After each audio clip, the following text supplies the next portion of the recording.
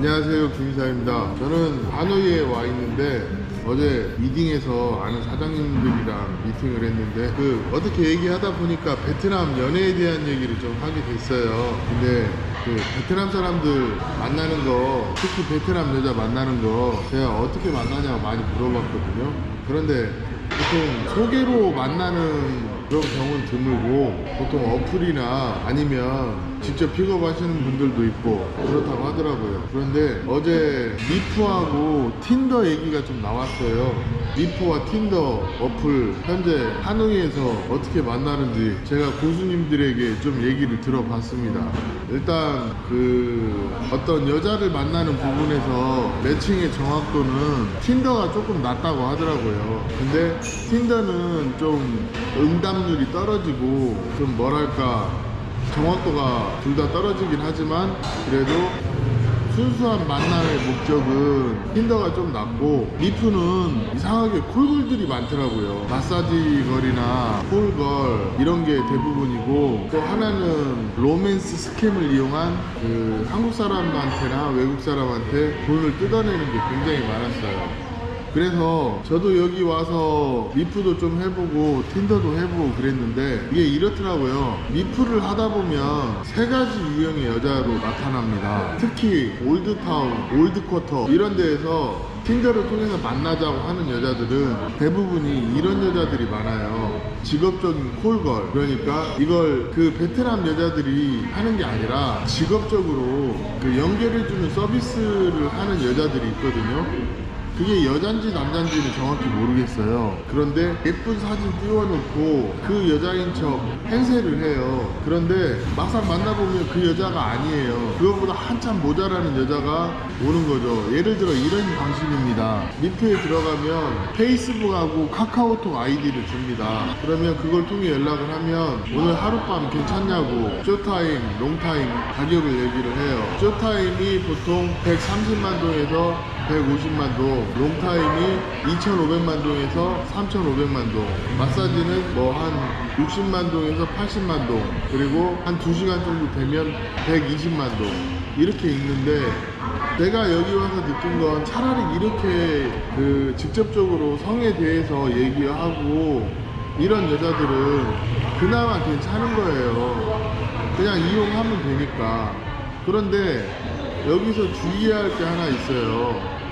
제가 올드쿼터를 좋아하다 보니까 올드쿼터를 자주 갑니다. 그런데 올드쿼터에 가면 이런 애들이 있어요. 특별한 직업이 없는데 매일 남자 만나서 클럽에 가는 애들이 있거든요. 보통 만나면 자기는 콜걸 아니다 그러면서 뭐랄까 클럽에 놀러 가자는 얘기를 하는 애들이 있어요. 그런데 클럽을 가기 전에 커피를 마신다거나 음식점을 간다거나 그러고 클럽을 가는 게 일반적이거든요. 그리고 냄새를 좀 피웁니다. 오늘 같이 있겠다 뭐 이런 식이에요. 그러면 이게 내용이 어떻게 정리가 되냐면 저는 좀 처음에 이상해서 하진 않았는데 한번 해본 적도 있어요. 제가 클럽을 갔을 때 제 현지인 친구하고 클럽에서 칵테일을 2잔 마셨어요. 칵테일이라는 건 홍차에다 데킬라를 섞어서 냉장고에 넣는 보리차 병 사이즈 정도 되는 그런 통에다가 한 병씩 주거든요. 그게 제가 먹은 게 40만 동, 그러니까 2만원 정도에서 3만원 정도인데 2개 먹으니까 한 100만 동이 좀 안 나오더라고요. 그렇게 놀러 갔을 때 기분 좋게 놀았는데 이상하게 미프나 틴더에서 만난 여자와 커피숍을 가면 그 다음 얘기가 밥 먹자는 얘기예요. 제가 혼자 또는 제 친구랑 올드쿼터에 있는 식당을 다 돌아다녀도 그냥 적당히 먹어도 100만 동이 절대 안 나와요. 그런데 이상하게 미프나 틴더에서 만난 여자와 올드코트에 가서 식사를 하게 되면 진짜 간단하게 먹어도 150만 동, 좀 많이 나오면 뭐 200만 동, 250만 동 이렇게까지 나옵니다. 얘네들 특징이 먹지도 않을 건데 음식을 많이 시켜요. 보통 5개, 6개 시키는데 제가 알고 봤더니 그게 더블 메뉴판입니다. 제가 그걸 어떻게 알아냈냐면 제가 올드코트에서 하노이 맥주를 마시면 15,000동에서 25,000동이 그 동네 평균 가격이에요. 그런데 그 더블 메뉴판에 있는 맥주 가격은 5만 동이 넘었습니다. 5만 동, 6만 동 그 정도였어요. 그러면 메뉴판 자체가 업그레이드 되어 있다는 거죠. 사기죠, 사기. 저희 옛날에 한국 사람들 베트남이나 태국이나 필리핀이나 관광할 때 가이드 전용 메뉴판이 있었어요. 그런 것처럼 이거를 이 여자들이 남자를 데려와서 밥을 먹이고 그 다음에 계산하게끔 하고 일단 클럽으로 넘어가는데, 클럽에서도 마찬가지예요. 제가 클럽에서 내 친구들이랑 놀 때 한 50만 동 100만 동이면 기분 좋게 놀았는데, 얘네들이랑 가면 메뉴판 가격 자체가 달라요. 칵테일이 80만 동에서 100만 동, 그리고 2병 3병 먹으면 300만 동 400만 동 우습게 나옵니다. 보통 500만 동까지 나온다는 얘기를 들었어요. 제가 올드코트에서 한국 사람들을 몇 분 만났어요. 그래가지고 그 사람들하고 얘기하니까 아, 자기도 그런 경험이 있다. 그래서 솔직히 올드코트에 대한 안 좋은 기억이 생겼고 여자 만나기가 두렵다, 그런 얘기를 하더라고요. 그리고 실제 올드코트에서 만나서 밥 먹자는 여자애들의 연락을 받으면 두려워요. 그냥 밥 한 끼 먹는데 하노이 시내에서도 식당에서 먹으면 50만 동, 60만 동, 70만 동이면 2명이 먹을 수가 있는데, 거기만 가면 그냥 음식의 퀄리티가 너무 떨어지는데도 기본 50만 동은 나오니까 가기가 싫은 거예요. 제가 이런 걸 느끼면서 아, 이것도 하나의 사업이구나, 베트남에서, 그런 생각이 들었던 거죠. 정말 그래요. 제가 해보면 그런 게 있고, 이 친구들 잘로 계정 만들 때 그 인증해주는 어플이 따로 있어요. 그 어플 이용해갖고 인증을 하면 페이크로 인증이 가능하다고 하더라고요.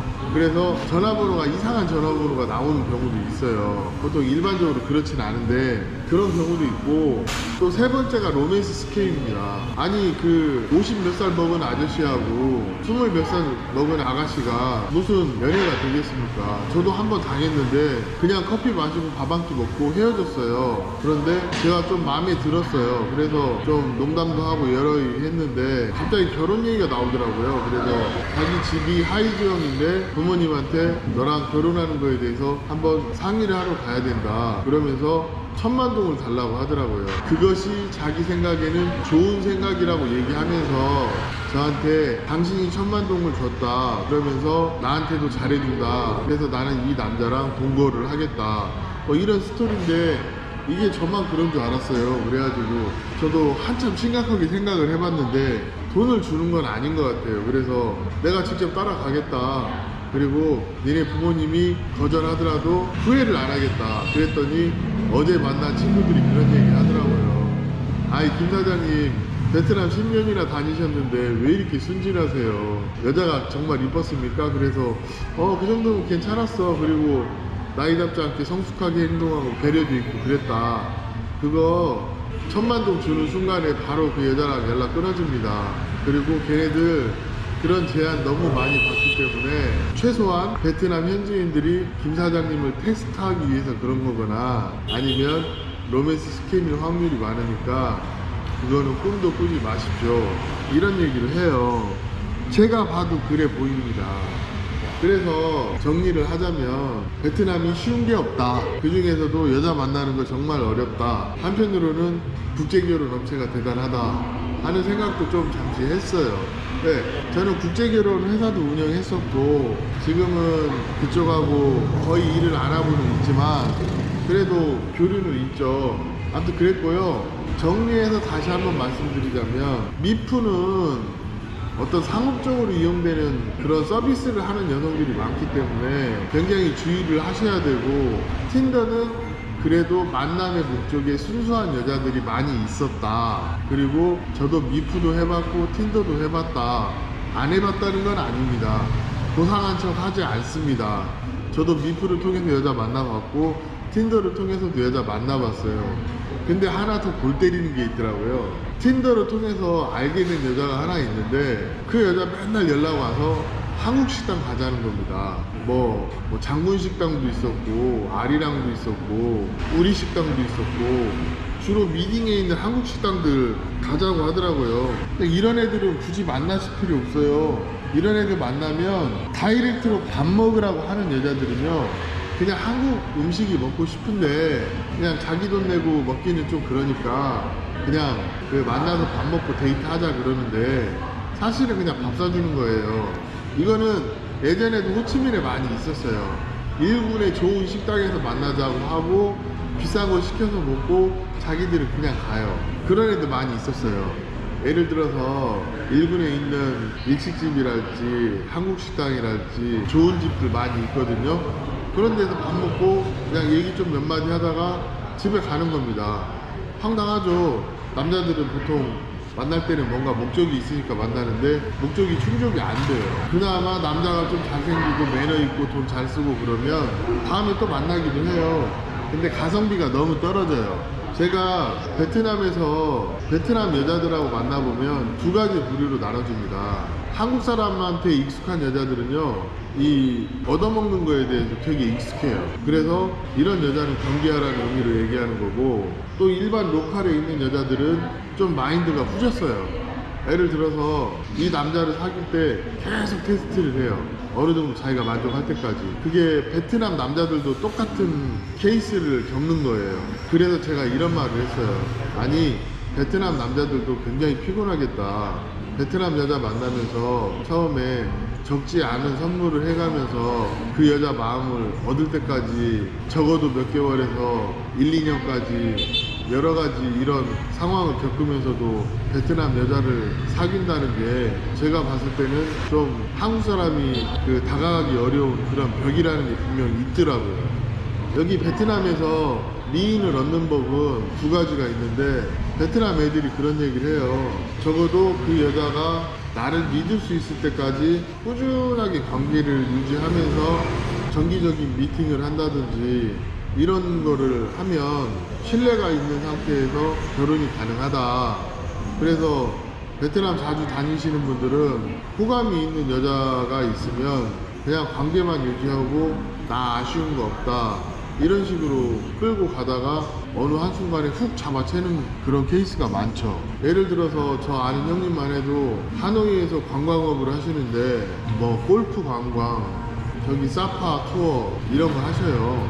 근데 이분도 가이드 중에 괜찮은 여자가 하나 있었어요. 주로 영어를 쓰는 가이드였는데 근데 우연히 이렇게 알고 지내고 밥 먹다가 한 1년 정도 알고 지내다가 나랑 한번 사귀어볼래 해서 그냥 한 방에 오케이 받아가지고 결혼까지 하셨는데 그런 케이스 아니면 힘들고요. 저도 여기 와서 사파 다니는 가이드가 있는데 그 아무래도 저희 아는 형님이 사파 투어를 하기 때문에 그 밑에 있는 직원이 소개시켜준 여자 두어 명 만나봤는데 이거 말은 일반인인데 내가 좀 얘기해보니까 그 일반인하고 그 화류계 쪽 여자하고 중간에 있는 애들이더라고요. 돈 필요하면 한국 남자나 외국 남자하고 잠자리도 좀 하고 또 돈 있을 때는 그냥 요조숙녀인 척 하고 이런 애들 같아요. 그런 애들도 좀 만나봤고 마지막으로 그 미프 틴더 얘기하고 마무리하겠습니다. 미프나 틴더에서 만난 여자들은요, 일단 먼저 적극적으로 연락처를 먼저 주는 여자들은 대부분이 이런 서비스업 계통에 종사하는 여자들이라고 보시면 무방합니다. 첫 번째, 콜걸 번호 주고 한 번 하는데 얼마 달라 그런 케이스. 두 번째, 식당이나 클럽으로 끌고 가서 작업을 하는 여자들, 이런 경우 되게 많았고, 그리고 그 다음날 가서 정산을 받는 거죠. 그걸로 생활하는 여자들도 많아요. 올드타운이 그래요. 이거는 호치민 VBN 거리도 마찬가지입니다. 이런 게 예전부터 있었고 지금도 성행하는 것 같아요. 그리고 베트남에 처음 오는 한국 남자들이 굉장히 많이 당해요. 그리고 세 번째, 로맨스 스캠 내지는 한국 사람하고 어떤 썸씽을 만들어가면서 돈을 받아내는 여자들. 뭐 방법은 다양해요. 자기 집 렌트비가 얼만데 집값이 부족해서 그 돈을 달라고 한다든지, 아니면 나랑 결혼하려면 내가 먼저 자기 집에 가서 선물을 사가지고 가서 뭐 부모님 설득하고 잘 진행이 되면 결혼을 하자, 아니면 동거를 하자, 이런 얘기 하는 애들 많은데 동거 하려고 하면 그렇게 안 해도 돼요. 베트남에 베트남 사람들 들어가는 사이트가 있는데 거기에서 슈가데뷔, 슈가베이비라고 있거든요. 그리고 대학생들 한 500만 동 정도면 그냥 데이트 하시면서 관계 만들어갈 수 있는 그런 여자들 많아요. 그런 거 이용하시는 게 더 낫고, 저는 그런 목적이 아니기 때문에, 결혼을 목적으로 하고 있기 때문에 그런 데를 이용하지 않을 뿐이지, 그런 애들 많아요. 그리고 그런 애들이 저하고만 계약을 할까요? 다른 남자하고도 할 수 있어요. 그런 애들하고 어떻게 몸을 섞어요? 그래서 안 하는 것 뿐이고, 저도 솔직하게 얘기하면 하노이 와서 한 2명의 여자와 데이트를 해봤는데 의미 없는 것 같아요. 예전처럼 이렇게 순수한 맛도 없고, 좀 뭐랄까, 제가 생각하는 거하고 너무 많이 다르더라고요. 미팅은 꾸준히 하고 있고, 이게 사업적인 미팅이든 여자를 만나는 미팅이든 하고 있는데, 현재 하노이에 이런 게 있으니까 특히나 데이팅 앱을 통해서 만나는 경우에는 조심하라는 취지로 이거 얘기해 드리는 거니까요. 제가 여기에서 뻘짓한다고 생각하지 마시고, 정보 제공을 목적으로 오늘 이렇게 영상을 한번 찍어봤습니다. 그리고 또 베트남 연애에 대해서 개인적인 의견이나 궁금하신 점이 있으면 댓글 남겨주시면 이 김이사가 댓글을 달아드리고 영상을 한번 제작을 해보겠습니다. 오늘 이야기는 여기까지 하겠습니다. 감사합니다.